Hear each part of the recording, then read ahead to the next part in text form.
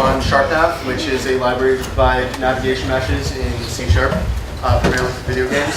What that means is that we take a mesh of the level, and then we figure out exactly which parts of that level can be walked through by characters.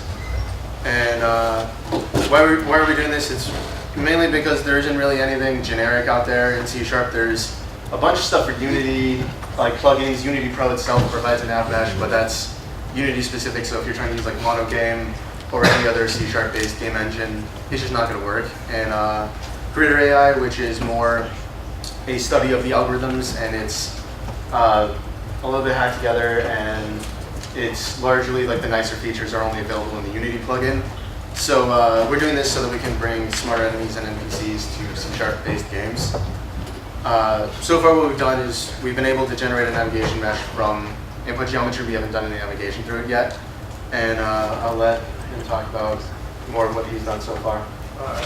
Since we don't have much time, so what we did was just filtering, was just making sure that you can't walk under like really short clearances or walk off ledges. That wouldn't be good. Distance field was just calculating the distance from, say, a random point to the nearest border. Regions just forms continuous spans so that, you know, because ultimately you're going to be navigating a region, not a single like point and voxel space.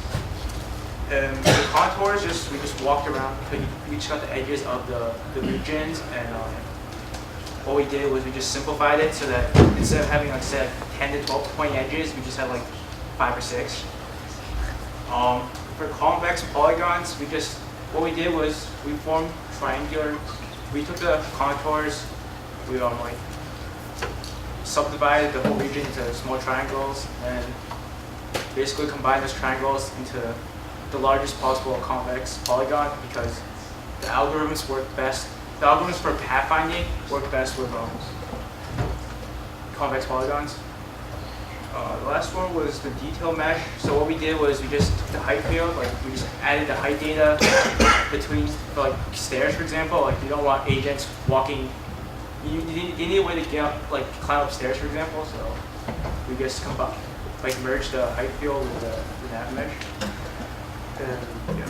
Yeah, so we'll explain a lot of that in the demo, which is right now. Great. Alright, so this is what we have so far.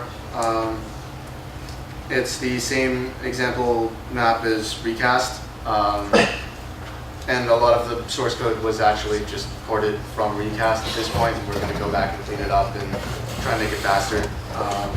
So you just click the generate button, and with the default settings, it generates a pretty good navigation mesh in like less than, actually a little bit more than a second, I think.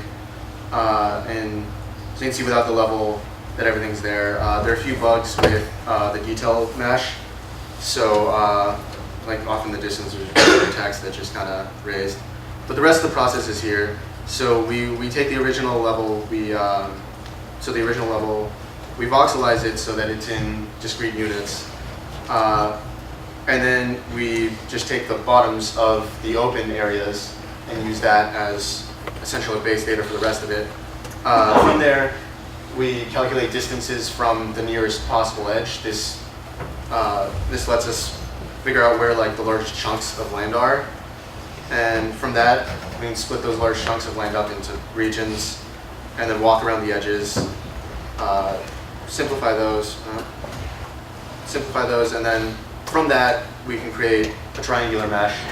And each of these triangles in the data actually has connection data, so it knows exactly which other polygons it's connected to. We just didn't have time for the presentation to like use that data to do any sort of pathfinding, but it's there. That's what we've done so far.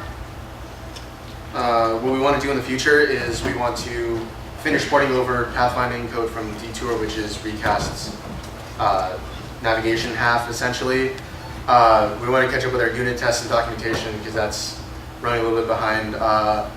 Also the ability to serialize and deserialize to a binary format so that we can actually save out a map file if like you want to target like the Xbox 360 or something that doesn't have enough power necessarily to generate this at runtime. You can just save it to a file and load it, like Mono Games content processor as well. Also to create off-mesh links, so if you want to have your characters be able to like jump over something that isn't necessarily walkable, you can do that. We also want to implement newer navigation and pathfinding algorithms like jump point search, which is apparently possible with navigation meshes. I'm going to look into that more. We also want to integrate with game engines like Unity and Monogame to make this library very easy to use with those engines. And also possibly include a standalone editor for navigation meshes, so you can generate one, and then you go and tweak it a little bit and just add everything that you need to before saving it out to a file. And then also make an official release sometime next semester, probably. That's it. Thanks to the usual suspects, Goldschmidt, Worthy, Sean O'Sullivan, and you guys. Any questions?